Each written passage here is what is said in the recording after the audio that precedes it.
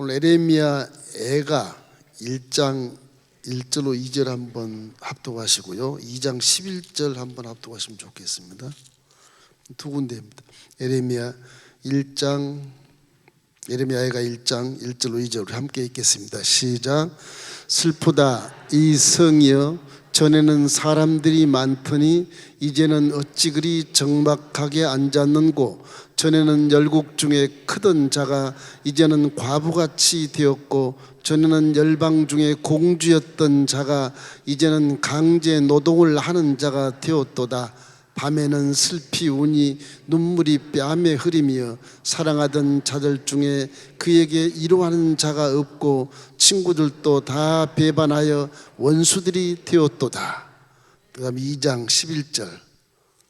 내 눈이 눈물에 상하여 내 창자가 끊어지며 내 간이 땅에 쏟아졌으니, 이는 딸 내 백성이 패망하여 어린 자녀와 젖먹는 아이들이 성읍 길거리에 기절함이로다. 에레미야서와 에레미야 애가를 같이 이렇게 통합해서 우리가 은혜를 받겠습니다. 자, 그림 하나 그리고 말씀 전하겠습니다. 찬송가 304장 함께 찬양하겠습니다.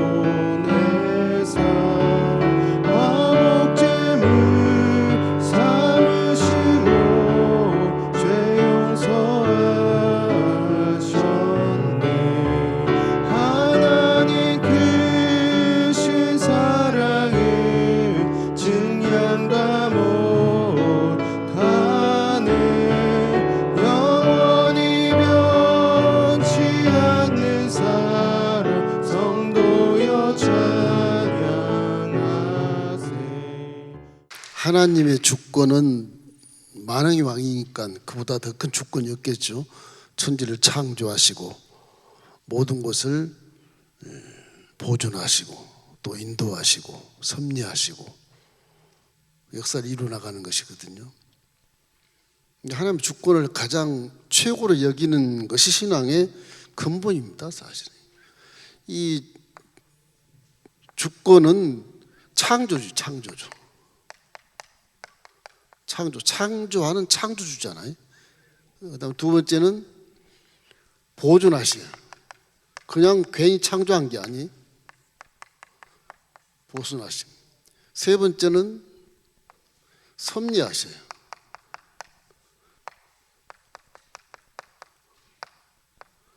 네 번째는 인도하십니다. 이 하나님 주권으로 이렇게 창조한 지구라고 생각하면 지구를 당신이 창조해 놓고 보존하시고 섭리하시고 인도하셔서 역사를 이렇게 이루어나가는 것이거든요. 이 안에서 뭐 티끌만한 사람 하나가 뭐 일을 한다 그래서 이게 세상이 변하고 그러질 않아요.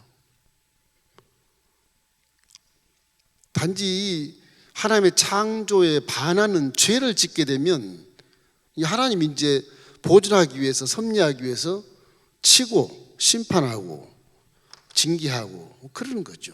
잘하면 축복을 받고. 보이지 않는다 그래서 창조주가 없다, 그건 좀 어리석은 생각이고요. 모든 만물이다 물질이다 만든 자가 있기 때문에 존재하는 것이거든. 그냥 스스로 존재한 게 아니에요. 그런 의미에서 이 선지자의 이런 그 사명, 이런 걸 좀 깨달아 봤으면 좋겠어요. 개인하고 이렇게 접목을 해서. 에레미야는 선지자로서 하나님이 부름받은 선지자로서의 나라를 위해 중보하고 또 그런 레인이지 않겠습니까? 제사장의 아들이니까 레인이었을 것이고, 물론 베냐민 지파 땅에서 말씀을 가르쳤지만 그 사람은 하나님 말씀을 가르친 자로서 중보하는 선지자거든요.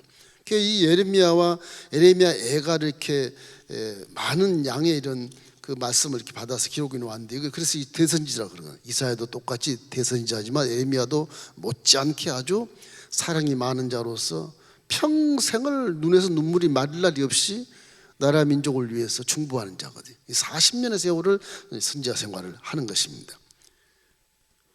이 지난 시간에 말한 것처럼 요시야 왕 13년부터 이스라엘 멸망하기까지 40년 동안 한 것. 한평생 유다 북쪽은 이미 멸망했지 않습니까?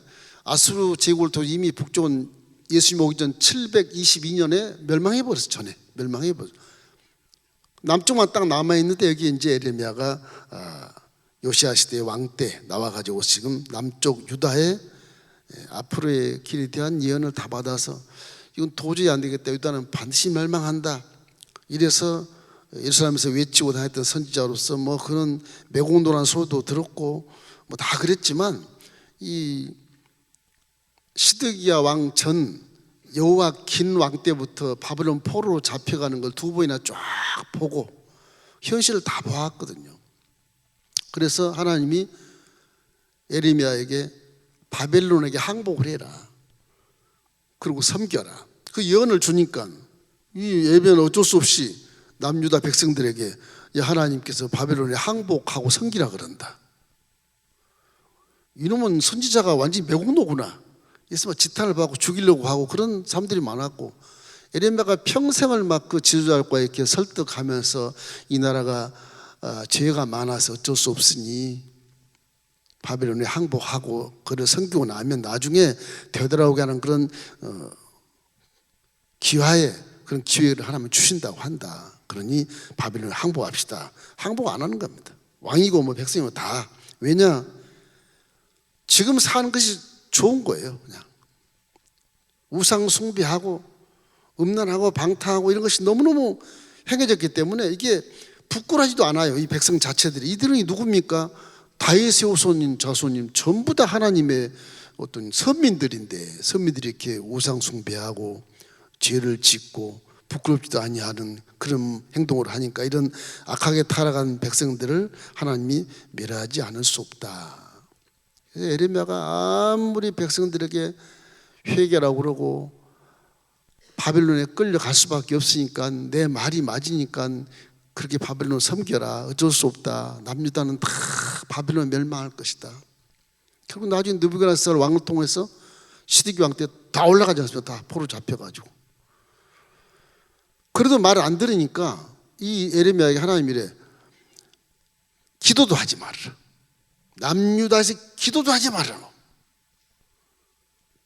그렇게 하나님이 또 예언을 하셔서 이 백성의 죄와 하나님의 진노 사이에서 아주 고역을 당한 사람들이, 이 유다와 예루살렘은 굉장히 중시였는데, 유다나 예루살렘 마찬가지예요. 유다의 죄와 하나님의 진노, 심판, 이 사이에서 지금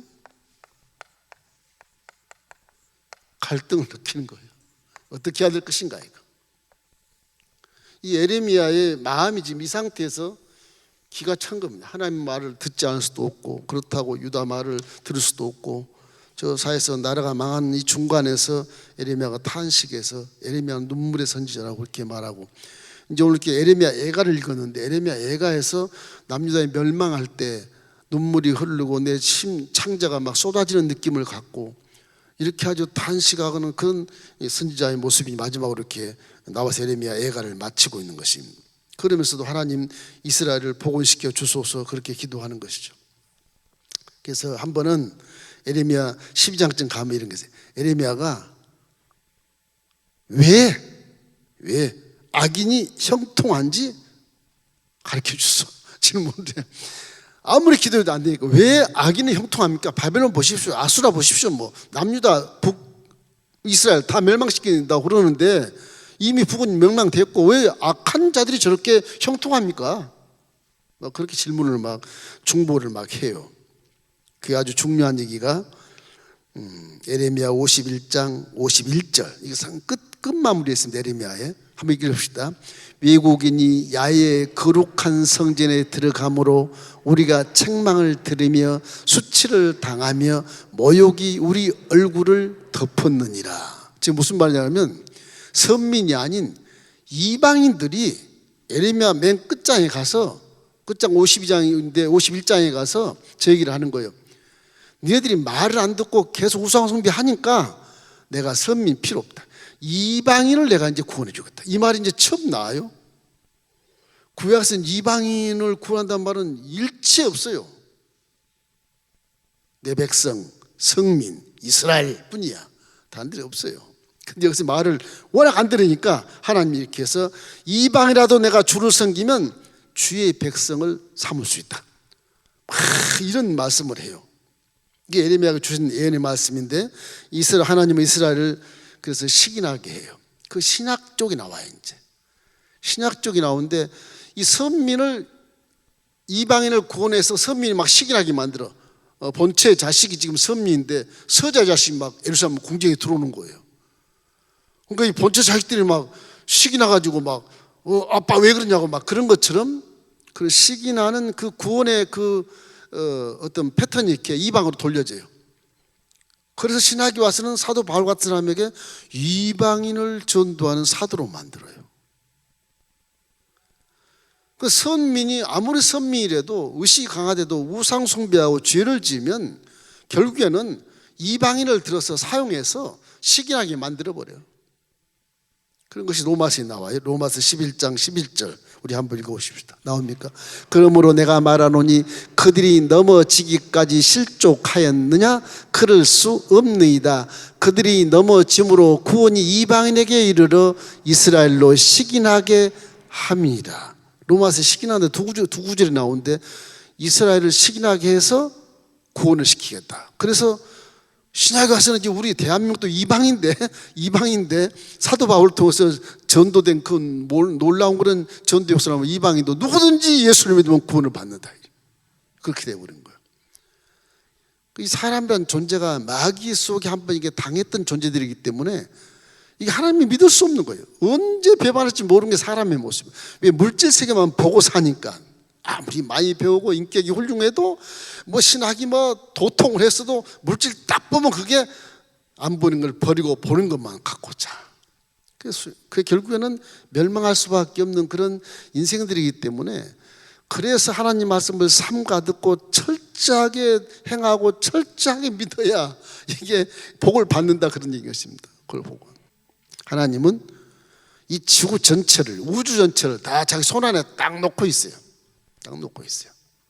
하나님께 폐역하는 것은 그건 망발도 아니고 죽으려고 그건 하는 거예요. 죽은 줄 모르고 좀 덤비는 거예요. 여기 이제 깨진 항아리가 나와요. 에레미야 애가서 나옵니다. 에레미야가 4장 1절로 2절 우리 한번 읽겠습니다. 슬프다 어찌 그리 금이 빛을 잃고 순금이 변질하였으며 성소의 돌들이 거리 어기마다 쏟아 젖는고 순금에 비할 만큼 보배로운 시온의 아들들이 어찌 그리 토기장이가 만든 철 항아리가 질항아리 같이 여김이 되었는고. 그 순금 같은 선민들이 질 항아리처럼 깨진 항아리처럼 그렇게 여김을 당했다. 막 친구도 다 떠나고 모두가 배반해버리고 그렇게 했다. 이래서 결국은 이 유다 예루살렘이 다 망해가는 그런 죄 속에 처해 있는 그런 것을 이제 에레미야가 예언하면서 슬피 우는 것입니다. 토기장이의 손에 있는 것처럼 너희는 내게 속해 있다. 순종하지 않는 이들은 다 깨뜨려 버리겠다. 지난번 토기장이 지가 한번 했었죠. 그런 것처럼 하나님의 주권은 그렇게 엄미하고 무시무시하지만 그 사랑이 엄미하고 무시하고보다 더 사랑이 커가지고서 십자가로 내려오신 거예요. 그러니까 회개만 하면 하나님의 사랑을 받을 수가 있어요. 보잖아요. 믿음을 잘 지키려면 회개만 잘하면 하나님의 사랑을 받을 수 있어. 그럼 성령 역사에서 다시는 그런 죄를 안 짓게 인도해 주신다니까. 회개가 얼마나 중요한지 몰라요. 믿음과 회개는 딱 쌍맥을 딱 이루고 있어요. 믿음을 지키려면 회개를 해야 지켜지니까. 거기에 성령이 와서 회개하는 자에게 성령이 와서 바르게 인도해 주는 거예요. 그래서 결국 남유다가 멸망하는 예언 속에서 바벨론에 항복하라는 것을 예레미야가 예언을 하는 것입니다. 무슨 얘기냐? 바벨론 가서 이제 훈련 받고 돌아오게 한댄다. 그리고 이방 땅, 지난 시간에 얘기한 이방 땅 열방들, 뭐 아수르나 바벨론이나 암몬 족속, 모압 족속, 에돔 족속 다 열방들도 전부 멸한다고 그랬다, 하나님이. 지금은 바벨론 우리가 잡혔지만 나중에 이들은 다 악으로 사용했기 때문에 전부 멸망해버린다고 했다, 하나님이. 그래서 우리 바벨론 가자, 그냥 성기로 가자. 그럼 덜 죽지 않겠냐. 그래서 바벨론 가서 훈련 받고 다시 오게 하신다는데, 새 언약을 주신다는데 왜 그러냐. 그래서 에레미야가 이렇게 지도자들을 많이 설득하고 했어도 결국엔 그 지도자들이 등돌아서 너는 매국노야, 나라를 팔아먹은 종이야. 거짓 선자들은 다 평안하다, 평안하다 그렇게 외쳐요. 거짓 선자들은. 이 거짓 선자들이 많아요. 지금 유다에도 거짓 선자들이 많다고. 오직 평안하다, 평안하다 그러고 있어요. 그러니까 이 멸망할 때쯤 되면 이 이단들이 아주 쑥쑥 자라요. 이단들이 사람의 마음을 이렇게 미혹시켜가지고, 유혹시켜가지고 딱 잡히게 해가지고 그 다 등에다 빨대를 탁 꼽아가지고 빨아먹는 거다. 그 말려 죽는 거예요. 그래서 말씀을 모르면 이단에 금방 유혹에 딱 걸려들면 나올 수가 없는 겁니다. 그래서 예레미야가 나는 구원자도 아니고 선지자인데 이건 내가 십자가의 달 대신 대가를 지불할 수도 없고, 나라를 위해서 어떻게 내가 대신 죽어줄 수도 없고, 이런 입장이라서 그냥 탄식밖에 할 수 없는 거예요. 결국 이제 마지막 예언을 거부했던 시드기야 왕이 결국엔 바벨론에 끌려가고 유다는 멸망해버린 거예요. 그게 예수님 오기 전 568년 전에 멸망합니다. 그래서 이 멸망을 예언한 예레미야가 멸망의 날을 목격하고 이렇게 비통한 탄식의 노래를 적은 것이 바로 이제 에레미야 애가서예요. 애가서. 에레미야 애가서 막 눈물이 막 철철 넘쳐요. 이게 뭐 눈물이 하염없이 흐르고 마음은 끊어질 듯하고 심장이 뭐 쏟아져 내린다고 말한 것처럼, 그러면서 예루살렘 복원해 달라고 호소하는 그런 에레미야의 그 슬픈 노래가, 그래서 슬픈 노래다 그래서 에레미야 애가 그렇게 해서 한 장을 이렇게 또 이렇게 첨언을 부록으로 첨언을 해놨어요. 그래서 이게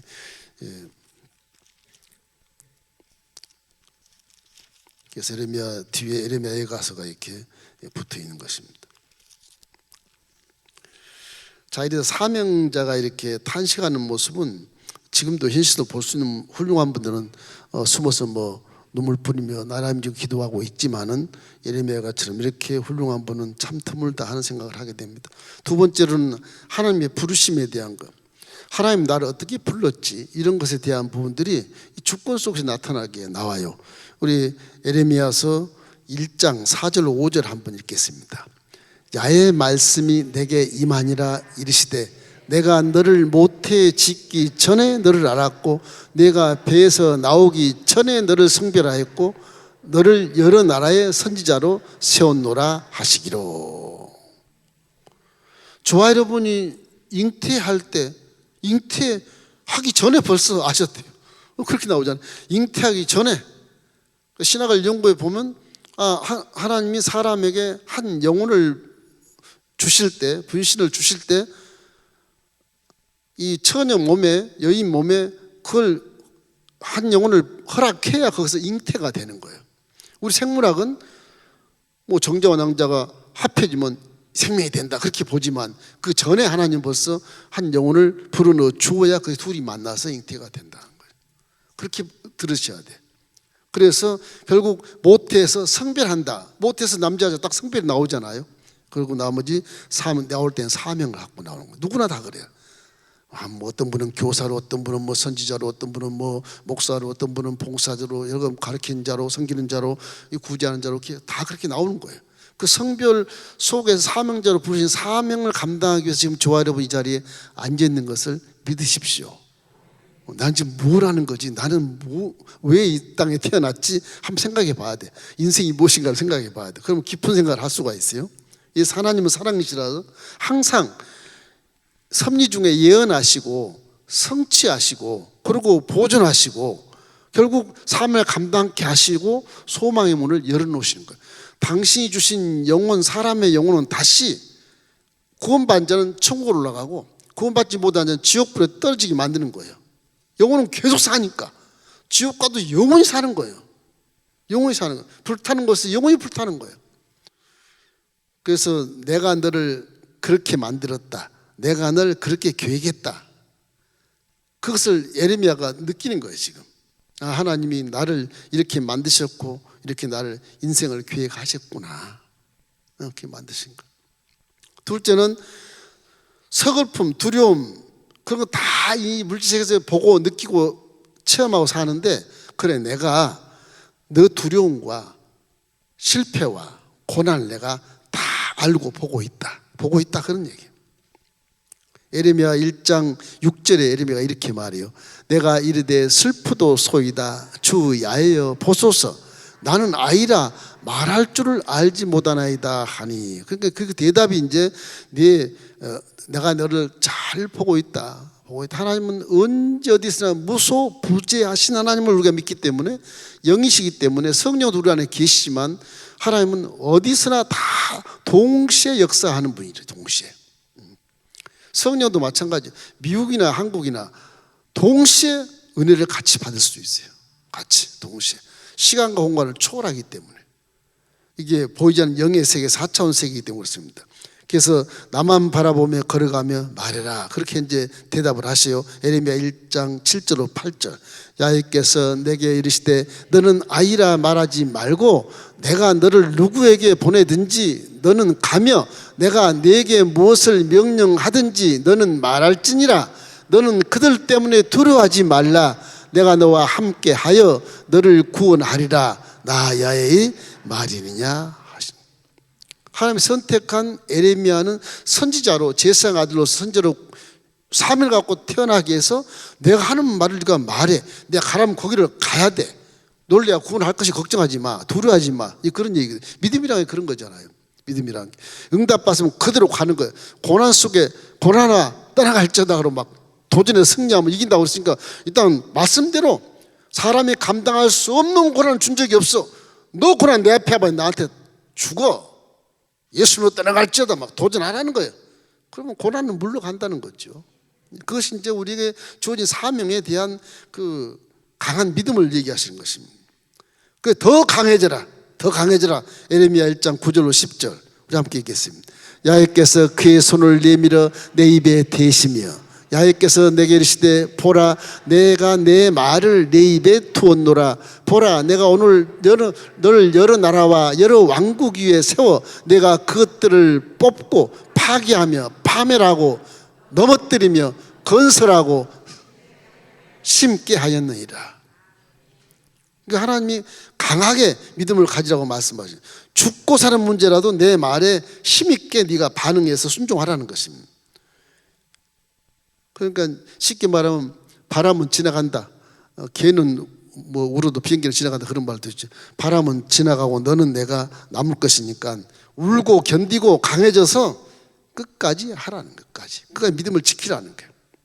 그래서 더욱 내가 깨끗하고 더욱 믿음으로 곧고 더욱 강해져야 한다. 그러니까 우리가 이 지상에 보내진 것은 지금 하나님 여러분을 어머니를 통해서 보내신 거예요.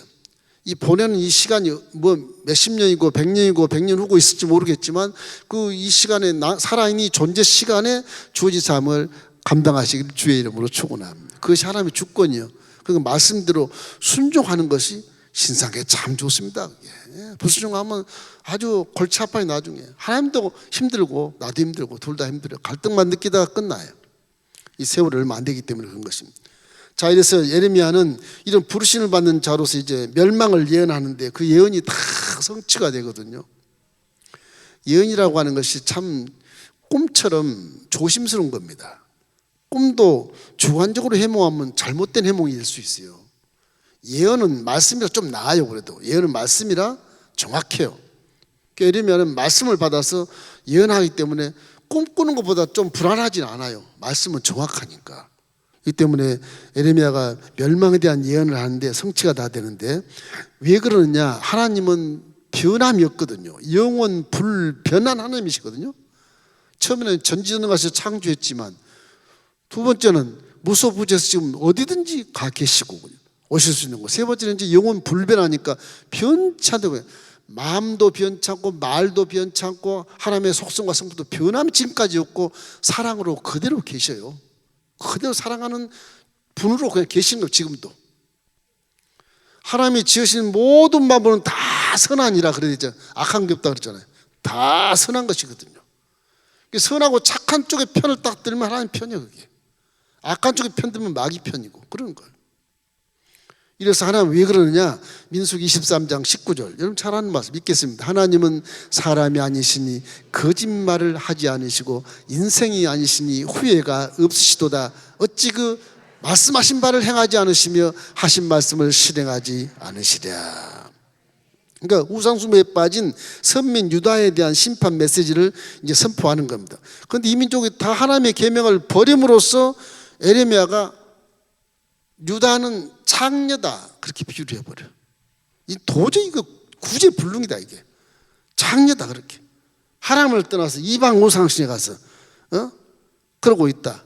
그래서 영적인 간음으로 생각하는 겁니다. 그래서 에레미야가 유다를 창녀로 비유해서 선포해버린 거예요. 그러니 유다 사람들이 에레미야를 좋아할 사람이 하나도 없어요. 정상적인 하나님의 말씀을 예언하는데 불구하고 에레미야를 좋아할 사람이 하나도, 저놈 매국노다, 바벨론으로 우리나라를 팔아먹은 놈이다, 그렇게 얘기하는 겁니다. 거짓 선지자는 전부 평안하다 평안하다, 하나님 은혜가 평안하다 그러고 죄 다 짓고 있고 결국엔 뒤엎어서 에레미야가 환상에서 본 큰 가마솥, 새카만 가마솥 확 부어져서 유다를 다 절멸시키는 그런 꿈을 꾸게 되었습니다. 결국 그래서 에레미야가 목숨을 걸게 바벨론에 우리가 섬기고 항복을 하자 그렇게 했는데도 불구하고 유다 백성들은 그럴 리가 없다, 우리는 선미이지 않냐, 좋으신 하나님이 왜 그럴 수 있냐 이렇게 이제 대항하면서 설득이 되지 않는 것입니다. 에레미야 17장 9절로 11절 우리 한번 읽어보십시다. 만물보다 거짓되고 심히 부패한 것은 마음이라. 누가 능히 이를 알려마는 나 야훼는 심장을 살피며 폐부를 시험하고 각각 그의 행위와 그의 행실대로 보응하나니 보리로 치부하는 자는 자고새가 낳지 아니한 알을 품은 같아서 그의 중년에 그것이 떠나갔고 마침내 어리석은 자가 되리라. 자고새가 남의 알을 품다 그러잖아요. 다른 새 알을 품고 있다가 나중에 새끼 나오면 자기 새끼가 아니니까 중년에 다 떠나버린다. 허물을 동반하게 된다. 그런 것을 말씀하는 거예요. 참 좀 사람의 마음이 이렇게 부패하고 거짓되기 때문에 이 부패한 마음을 예수 믿으면 죄가 용서를 받고 거룩한 마음이 되고 깨끗한 마음이 돼서 성령과 함께 동행하는 동반자의 삶을 살면 이런 자고새같이 그런 알을 품지 않겠죠. 어리석은 자가 되지 않게 되는 것입니다. 그래서 우상숭배에 대해서 아주 가장 혹독한 심판을 내리는 것입니다. 이것이 구약의 에레미야의 레위기에 써 있고 신명기에 다 써 있어요. 레위기 26장 33절 우리 한번 읽겠습니다. 내가 너희를 여러 민족 중에 흩을 것이요 내가 칼을 빼어 너희를 따르게 하리니 너희의 땅이 황무하며 너희의 성읍이 황폐하리라. 이미 근거를 만들어 놓으셔서 율법에 우상 숭배하면 이렇게 된다. 조심하라. 그 우상 숭배 율법을 아는 선민들이 그걸 지키지 않으니까 결국에는 바벨론에 사용해서 뒤엎어버린 거예요. 하나님이. 그리고 나중에 또 회개하면 또 끌어내리더라도 일단 죄를 없애버리는 거예요. 신명기도 보세요. 28장 49절에 이런 말씀이 있어요. 곧 야훼께서 멀리 땅 끝에서 한 민족을 독수리가 날아온 것 같이 너를 치러오게 하시리니 이는 내가 그 언어를 알지 못하는 민족이다. 이방 땅 아수르가 침공돼 북이스라엘이 언어를 몰라. 바벨론 말과 이스라엘 말과 뭘 틀려요. 언어도 모르고 그냥 당하는 거예요. 다 당하는 거예요. 그러니까 이 죄에 대해서 심판한 것을 왜 심판합니까? 구약에 다 그전에 다 얘기 났거든. 이게 율법으로 다 기록이 났거든. 이게 613개 율법을 다 기록해 놓은 거란 말이에요. 이래서 그 율법에 당해서 심판을 받게 돼. 우리는 예수입니다. 죄를 과거의 죄, 현재의 죄, 미래의 죄까지 다 깡그리 없애버리고 앞으로 죄진 거는 그냥 회개만 하면 용서받는 문을 열어놨으니까 우리에게는 이런 율법이 심판받지 않아요. 단지 깨달을 것뿐이야. 우상숭배 안 되겠구나. 하나님 기뻐하지 않구나. 그런 걸 깨닫게 하는 거죠. 율법은 깨닫게 하는 것입니다. 예레미야가 유다에게 심판이 가까웠고 그분의 자비가 이제 끝났다, 그렇게 막 예언을 해도 결국 또 유다가 다른 죄로 인해서 바벨론 군대에 예루살렘 멸망을 당한 것이 이제 예수님 오기 전 586년 전에 완전히 멸망당하고, 그리고 한 400년, 500년 사이가 이렇게 침묵 기간이 쫙 흘러요. 성경에는 그 안에 그 아합이 어떤 그런 그 일들이 많이 일어나, 전쟁이 많이 일어납니다. 그 안에 그 내용들은 성경에 안 들어오고 딱 침묵한 가운데 이제 로마 제국이 점령을 했을 때 그 고통 속에서 이제 주님이 동전녀 마리아에게 잉태해서 태어나서 30여 년을 기다리다가 침례 요한에게 침례를 받고 성령이 충만해가지고서, 그리고 광야에 가서 40주 40야를 유학에게 승리하고 돌아와서 이제 그때부터 공생애가 시작돼서 결국 우리에게 복음이 전대된 것이고 우리를 위해서 십자가 달려 죽으신 것입니다. 느부갓네살 왕이 이제 유다를 정복할 때 종속국으로 만들어버려. 이스라엘 나라가 없어. 이제 성벽도 다 불타고 다 타버렸어요. 나라가 없어. 이제 하나님도 없어. 성전도 포로로 다 끌려갔어. 예레미야 맨 마지막 장 52장 12절로 13절 이렇게 나옵니다. 바벨론의 느부갓네살 왕이 19째 해 다섯째 달 일째 날에 바벨론은 왕의 이전 사령관 느부시라단이 예루살렘에 이르러 야훼 성전과 왕궁을 불사르고 예루살렘의 모든 집과 고관들의 집까지 불살랐으며, 그렇게 나와. 전부 불사르고 이제 포로로 다 잡혀가. 시드기야는 두 눈을 뽑혀서 잡혀가요. 이 왕족들이 다 거의 다 죽고 이제 포로 잡혀간 자들은 이제 머나먼 타국에서 수마이 되는 타국에서 지금의 이라크 쿠웨이트 쪽, 그죠? 이라크 그 바빌론 그 지역에 가서 살게 돼. 나중에 이제 70년 뒤에 이제 오게 됐는데 70년 50년 후에 이제 1차 귀환 한 번씩 하고 좀 빨리 왔지만은, 그러나 그게 제 2세대까지 얼마나 회개했던지 2세대까지 전부 야훼 하나님을 거기서 믿어요. 그 나라는 그 나라대로 우상이 있고 그러지 않습니까? 다 배쳐가고 우리 나라의 슬픔에 옛날 야훼를 기억하면서 선조들의 말 듣고 그 이스라엘에서 태어나지 않는 바벨론에 태어난 후보의 2세들이 그렇게 신앙이 좋아요. 그래서 그들이만 니에메 같은 사람은 그래서 막 총독까지 돼서 내려오지 않습니까? 귀향하지 않습니까? 그렇게 믿음이 좋아. 다니엘 같은 사람들은 어릴 때 포로 잡혀갔지만 그 총리까지 막 하고 있지 않습니까? 믿음이 워낙 좋으니까. 그러니까 이게 신앙이라는 게요, 이 고난 속에 당해봐야 기적이 거기서 나타나요. 이상하게 사람이 그게 안 좋은 것 같아요. 성품 자체가 평안할 때는 기도 안 하고 추울 때는 기도 안 하고 봉사도 안 하고 뭐 그냥 믿음이 식어져 버리고 그냥 하나님의 징계를 받아가지고 그냥 죽기 살기로 살 때 그때서 막 기도 막 열심히 하고 금식도 하고, 좀 돈 많고 물질 많을 때 좀 금식해도 사람이 사는데 못 살 때 금식하면 더 못 사고 그냥 빼빼해가지고 더 못 사고 그러잖아요. 더 고통 많잖아요. 그러니까 우리가 느끼는 것은 축복 주실 때 더 금식하고 축복 줄 때 더 주인식을 가지고 하나님 영광을 위해서 봉사하고 헌신하고 구제하고 교회를 위해서 헌신하고 이래야 되는 거라고요. 그래야 되는 거지. 힘도 없을 때 너무너무 고아처럼 당할 때 그때 징계를 받으면 이건 막 그냥 살기 싫은 그런 경우가 되어버린다고요. 이 실수를 하게 되는 것입니다. 자, 이제 하나님이 소망을 주십니다. 그래도 자, 소망을 주시는데 예레미야 52장에서 가장 혹독한 심판에 하나님은 유다가 주신 땅으로 다시 돌아오게 될 것이라는 약속을 예레미야에게 줘요. 너무 기분 좋긴 좋은 거예요. 지금 유다가 멸망을 해도 자, 미래는 그렇다. 예레미야 24장 5절로 7절 우리 함께 읽겠습니다. 이스라엘의 하나님 야훼께서 이와 같이 말씀하시니라. 내가 이곳에서 옮겨 갈대아인의 땅에 이르게 한 유다 포로들이 이 좋은 무화과 같이 잘 돌볼 것이라.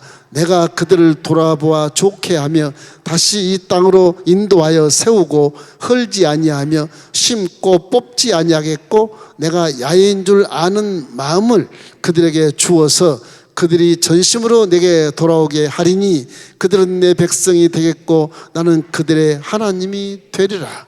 다시 선민으로 나무를 뽑아다가 심어놓은 것처럼, 제가 언제 설교할 때 그랬죠.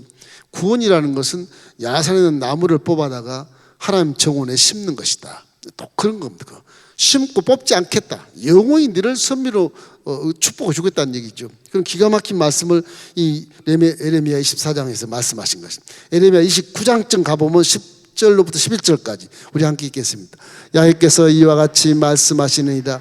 바벨론에서 70년이 차면 내가 너희를 돌보고 나의 선한 말을 너희에게 성취하여 너희를 이곳으로 돌아오게 하리라. 야훼의 말씀이니라. 너희를 향한 나의 생각을 내가 안하니 평안이요 재앙이 아니니라. 너희에게 미래와 희망을 주는 것이니라. 하나님은 항상 성품 자체가 사랑이시라 희망을 주고 소망을 주고 미래의 복을 주는 거예요. 그 말만 잘 들으면 항상 하나님 복 주게 돼 있어요. 이 말씀 자체가. 내 말을 삼가 듣고 지켜 행하면 들어와도 복을 받고 나도 복을 받을, 이 말과 상통한 말이에요. 그러니까 미래에 대한 희망을 항상 주시죠. 지금 징계하셔도 네가 회개하면 내가 풀어주마. 그래서 사람을 이렇게 다스리는 방법이 이 심판을 통해서 징계를 통해서 하시면서 하신 말씀이 사생자는 징계가 없느니라. 네가 내 아들이고 내 딸이니까 내가 너를 징계하는 거야. 알겠니? 그렇게 나오거든요. 아저씨 같으면 너 징계 안 한다. 조카 징계 안 해. 지네 아버지가 하는 것이지. 근데 하나님은 우리 아버지가 되시니까 결국엔 신약에 와서는 우리 아버지 하나님이 자식이니까 할 수 없이 이런 매를 한번 탁 때려서 정신 차리게 하는 거예요. 이게. 그것을 뭐 그냥 마음에 좋지 않게 여기고 하나님을 떠나는 것은 어리석은 자고, 그것을 그냥 회개하고 자복해서 바르게 오면 하나님 반드시 희망을 주고 복을 주시고, 그건 재앙이 아니라 평안이다, 그렇게 말씀하잖아요. 저와 여러분이 당하는 징계는 다 재앙이 아니고 평안입니다. 평안. 그래서 결국 다윗집에서 나오는 가지, 이사야가 말했던 연한 순, 그것이 이제 여기서 에레미야 또 나오는 것입니다. 에레미야 23장 5절로 6절 말씀에 이런 말씀이 있어요. 나옵니까? 야훼의 말씀이라. 보라, 때가 이르르니 내가 다윗에게 한 의로운 가지를 일으킬 것이라. 그가 왕이 되어 지롭게 다스리며 세상에서 정의와 공의를 행할 것이며 그의 날에 유다는 구원을 받겠고 이스라엘은 평안히 살 것이며 그의 이름은 야훼, 우리의 공의라 일컬음을 받으리라. 그러니까 이게 다윗의 가지가 이제 이사야가 예언한 것과 똑같이 이렇게 그 맥을 이어서요. 정확하게 나와요. 정확하게. 근거가 있으면 조건이 있으니까 나중에 성취하게 돼요. 예언도 그대로 성취가 되는 것입니다. 자, 이와 같이 이제 에레미야서와 에레미야 애가서가 이렇게 슬픔의 눈물을 흘리면서 나라 민족을 위해서 열심히 중보했던 에레미야, 꼭 예수님의 모습 같은 분인데 평생을 울고 그랬다. 이 종의 개념에서 좀 느낄 수가 있어요. 여러분 뭐 교육자들 아니니까 그런까지 알 필요 없겠지만 보이지 않는 눈물을 흘리는 그런 중보자들, 이런 중보자들이 에레미야가 비슷한 그런 사명을 받은 자들이, 이런 분들이.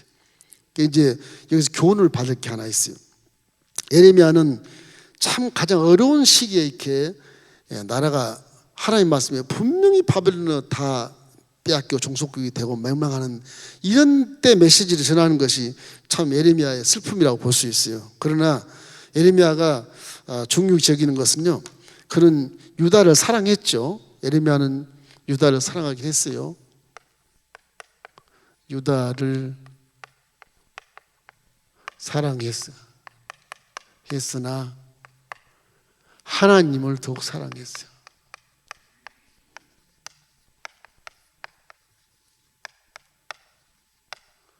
이게 이제 우리가 배워야 할 거예요. 유다를 동족도 사랑했으나 하나님을 더 사랑하시기 바랍니다. 성도를 사랑하나 하나님을 더 사랑하세요. 그것이 우리의 사명자가 해야 될 믿음이에요. 그렇지 않습니까? 에레미야는 그거 가지고 이렇게 이길 수 있는 거예요. 그 예언을 전하는 고통스럽지만 예언이 고통스러워요. 예언이라고 좋은 게, 예언이 이렇게 좋은 것 같지만 이게 고통입니다. 고통. 순종하고 말하고 행하는 것이 가장 중요해요. 순종, 말, 행함. 그래서 예언을 통해서 이 예언은 그대로 순종을 해야 돼. 순종. 예언은 그대로 말해야 되고 그대로 행해야 돼. 예언이 꽤 어려워요. 이게 말로 그냥 전달하는 것뿐만 아니에요. 그게 행함까지 다 같이 가져야 돼. 예레미야는 그렇게 해서 본인이 막 슬퍼 울고 창자가 메어지고 떨어진 것처럼 그랬다고 그러잖아요. 그러니까 자기가 당하는 거, 이게 예언 자체가, 예언이 이렇게 고통스러운 겁니다. 남을 위해서 하는 말도 힘들지만 그 예언을 받은 내가 더 고통스러운 거예요, 이게. 그래서 예레미야는 이렇게 일평생을 울고 지내신 분입니다. 또 하나님은 선하시고 공평하시고 의로운 분이기 때문에 항상 우리는 예레미야처럼 자비를 구해야 돼요. 구하라. 그러면 결국엔 소망을 주셔요. 내가 잘못한 게 뭐 있어요? 따지면 안 되고 일단 자비를 구해. 날 용서하십시오. 회개자서 회개. 예레미야처럼 정말로 나라 민족에서 기중보도 해야 될 것이고 이웃을 위해 중보도 해야 될 것이고 징계가 오고 예언이 나한테 들어오고 하면 중보하면서 아주 뼈를 깎는 마음으로 중보로 사랑하는 마음으로 기도해야 될 것이고 내 개인에게 들어온 것이라면 정말로 회개하고 자복해서 하나님의 자비를 구해서 앞으로 소망의 사명을 감당할 수 해달라고 그렇게 신앙생활을 하면 하나님이 정말 기뻐하는 그런 효자 효녀가 될 줄로 믿습니다.